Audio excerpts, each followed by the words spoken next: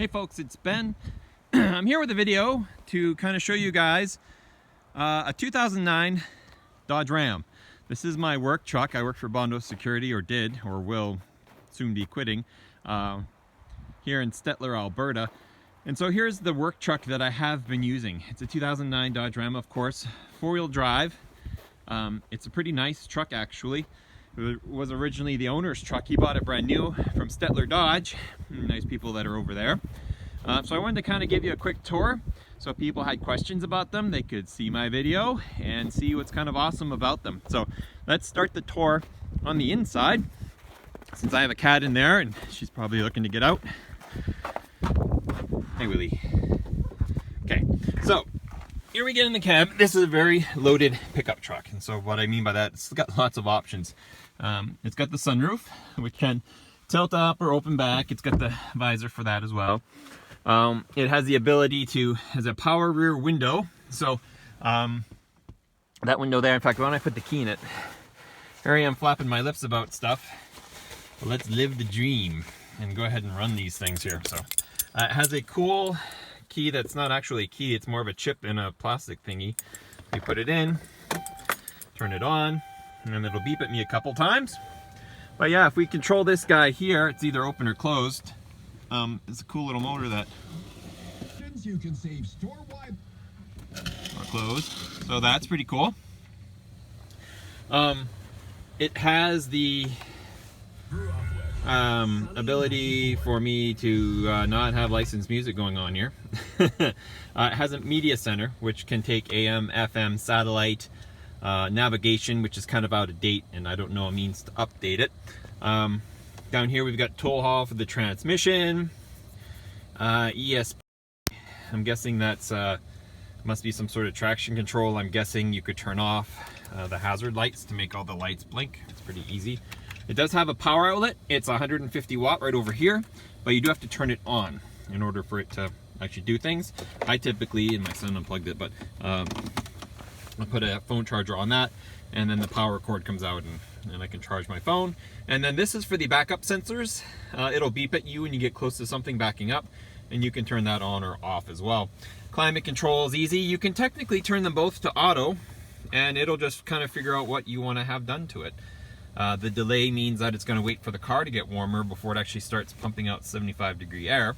Or you can just run it manually by turning the dial here. If you want to recirculate the air, you can press that button there. And if you want to heat your mirrors, you can press that button right there. You can do the typical air conditioning, you know, floor, vents, defrost, etc., whatever.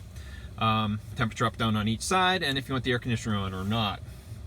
Down here is where the luxury comes into play. Pardon my trash, it's here.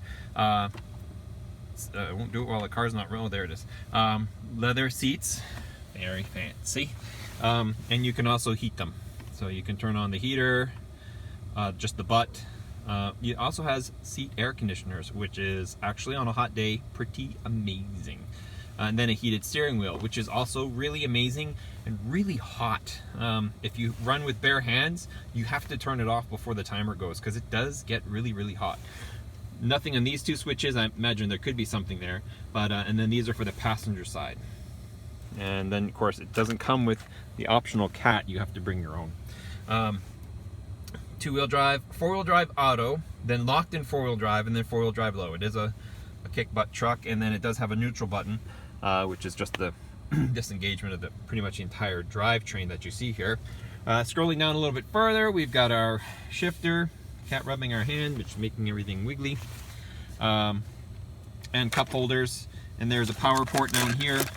If you open up the controller here, there's another power port, and other places you can store crap, and go even deeper, and then there's another compartment that may or may not have power. I don't exactly know at the moment. On the steering wheel, depending on what you're doing, you have up and down controls and left and right. That usually deals with this little information center here. So if I press the right button, I can look into system info. Temperature is below 40 C, oil temp. Now the annoying part of all this is, let me go back to the main menu, is that I've asked it to be imperial, please. Units, English. So technically it shows me miles per gallon. The climate control is in Fahrenheit, and like the triple odometer is in miles, but the main odometer isn't. So it's still in kilometers. And in all my settings, it's still in metric, which is like, why did you ask system info?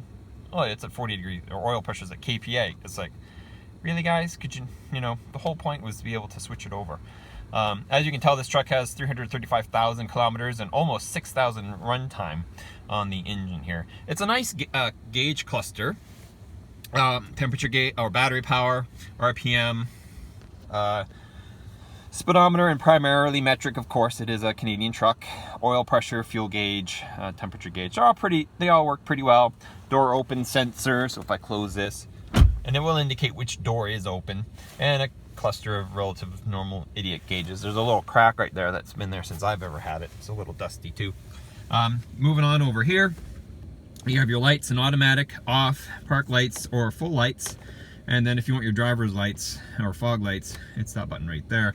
And that's also shown by a light on the dash. Usually, oh, I can turn them on.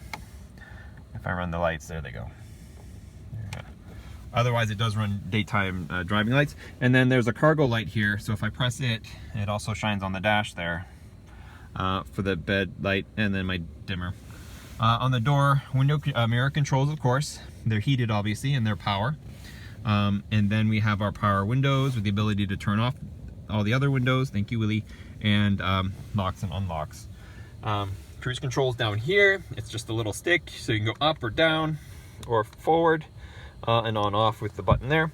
And a typical kind of GM-ish. This is where you control your windshield wipers. Whoa, freaked the cat out on that one. Also your lights or normal type of lights. Door storage there. Like I say, cool key.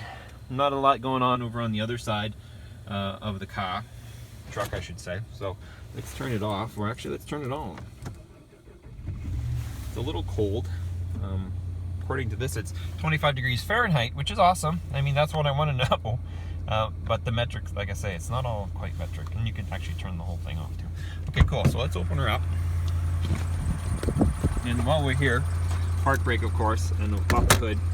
And it's an automatic transmission, so I believe it's a 5-speed. And when it's running, and you have it in drive, if you move this arrow, the stick left or right, you can cause it to downshift or upshift. So you can select first gear and keep it in first and kind of shift it that way. And this is a 4-door. It's a full 4-door. So this is a full-size door. You've seen maybe Dodge trucks with a smaller half door. Power windows, door locks. I keep, it's a split bench. I keep this seat mostly like this because I have my tools that I keep over here.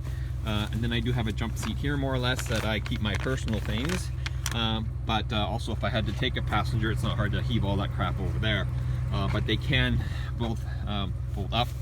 Underneath this seat here is a storage compartment. I don't think it's for anything. It's just, oh, there's some spare tire stuff in there, but and then on the other side, it's definitely spare tire stuff. And this truck has a subwoofer, so that's pretty awesome there. Typical roof there. It's not sagging, but it's just the way it is to accommodate the sunroof, no doubt. Fuel tank is here. Tank holds about 24 gallons. Truck gets about, on average, about 16 to 18 miles per gallon. Tires are monstrous on this thing. I think it was almost 1,500 bucks Canadian, which isn't surprising in Canada. But it's a 275/60/20. These are factory wheels, 20-inch factory wheels. But honestly, looking at Dodge trucks, it needs that sort of big tire, big wheel to fit in the hole. You see older trucks, smaller wheels on them, they look like they're undersized. So they finally fit that out. The one thing I do love about Dodge is the integrated dual exhaust with the little bumper wrap you see right there.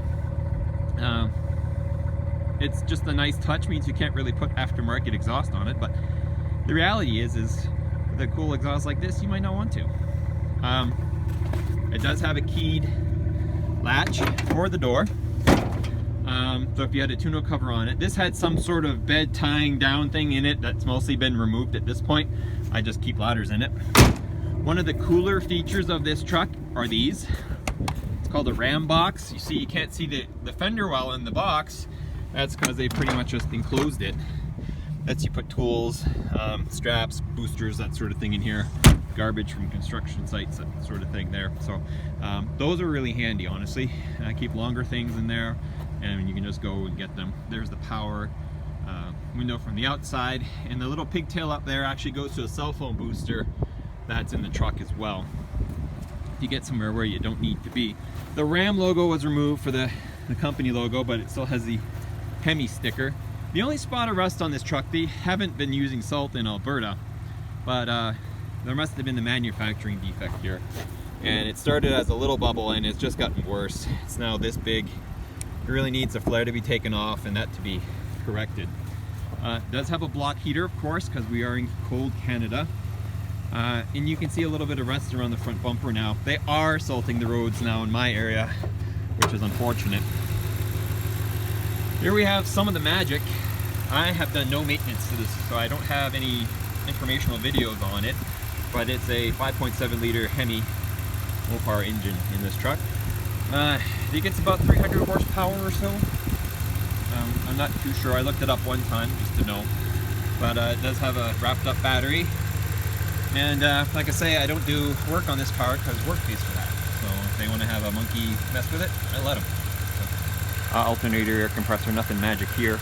Fuse box, coolant, windshield washer fluid and coolant over there.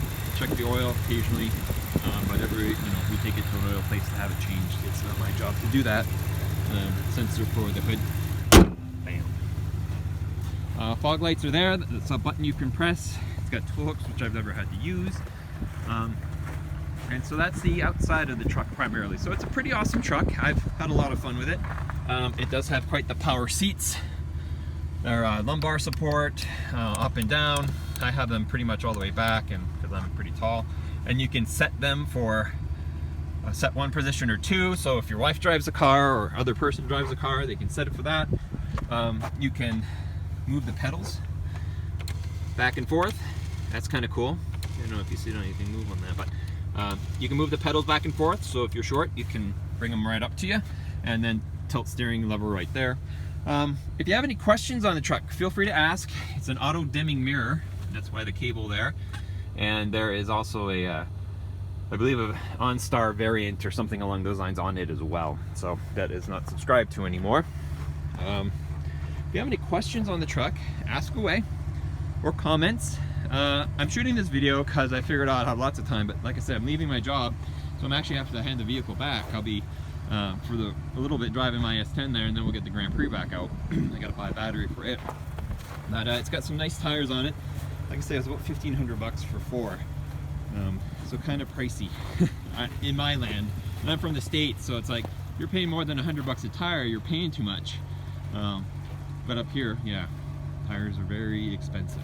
So if you have any questions on the truck, feel free to ask. I'd be happy to answer it for you. I've lived with this truck for about 2 years now. Been with the company for about 5. I had that Dodge Dakota for about 3 years, and then this one for maybe about 2.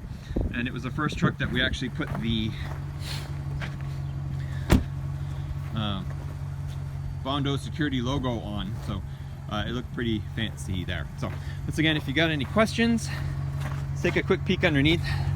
I know the mufflers are in the back there. And yeah, typical solid axle trailing arms for this type of Dodge. There's the fuel tank, really, under me. It sucks. And then protection for the front wheel drive transfer case and such. It's a Dodge. There you go. All right, so with that, I'll bid you guys adieu and have a good day.